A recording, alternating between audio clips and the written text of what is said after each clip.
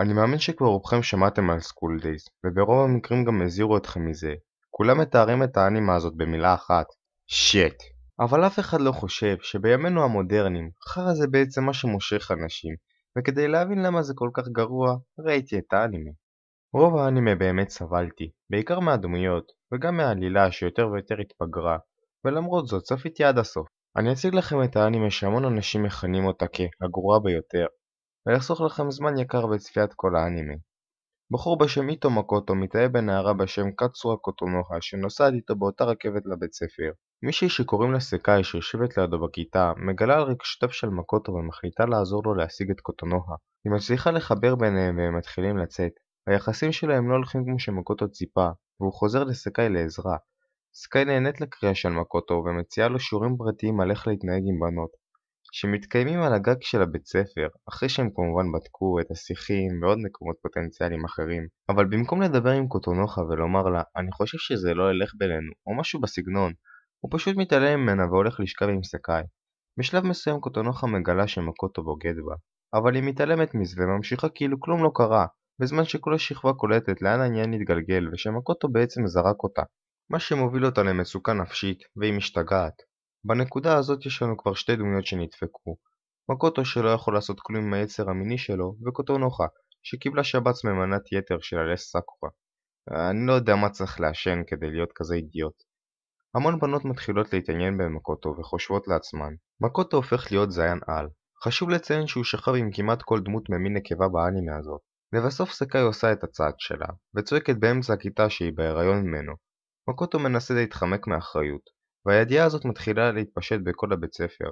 כולם מתחילים להתרחק ממנו, ובאי ברירה הוא חוזר לקוטונוחה שמקבלת אותו בחזרה בשמחה. ואז נחשו איך בחורה חכמה כמו סקאי פותרת את הבעיות שלה.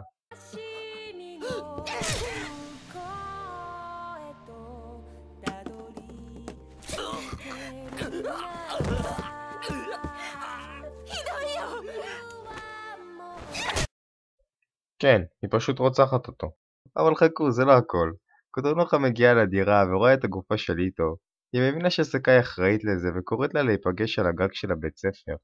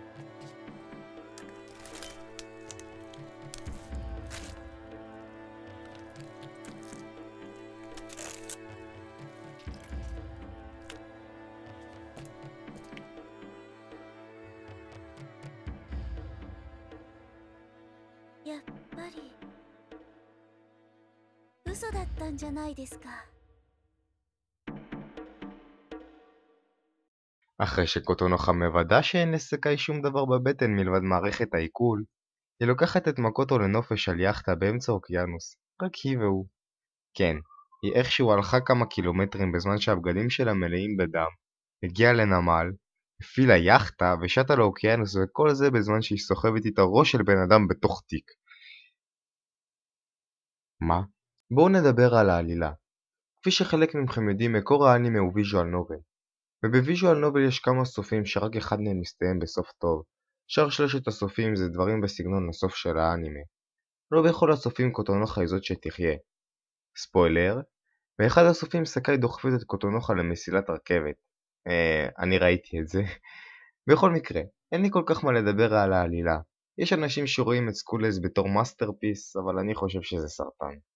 אוריג'ינל סאונדטראק. אחלה מוזיקה, רק שאני לא מצליח להבין איפה בדיוק דחפו 41 שירים. ברצינות, איך לגועל נפש הזה יש כל כך הרבה שירים כשבאנימות עם כפול פרקים יש הרבה פחות? התחשבתי להכל בצורה אובייקטיבית ובצורה סובייקטיבית באותה מידה. נתתי את דעתי האישית ובנוסף להכל התחשבתי גם בעובדות קיימות, כמו למשל האנימציה שהיא באמת לא רעה, ואתם יכולים ללכת להשוות אותה להמון אנימציות אחרות מאותה תקופה ולגלות בעצמכם. הציון הסופי של האנימה הזאת הוא 4.48 מתוך 10. ללא ספק, האנימה הכי שיט שראיתי עד עכשיו. תודה שצפיתם ואני מאוד מקווה שנהנתם.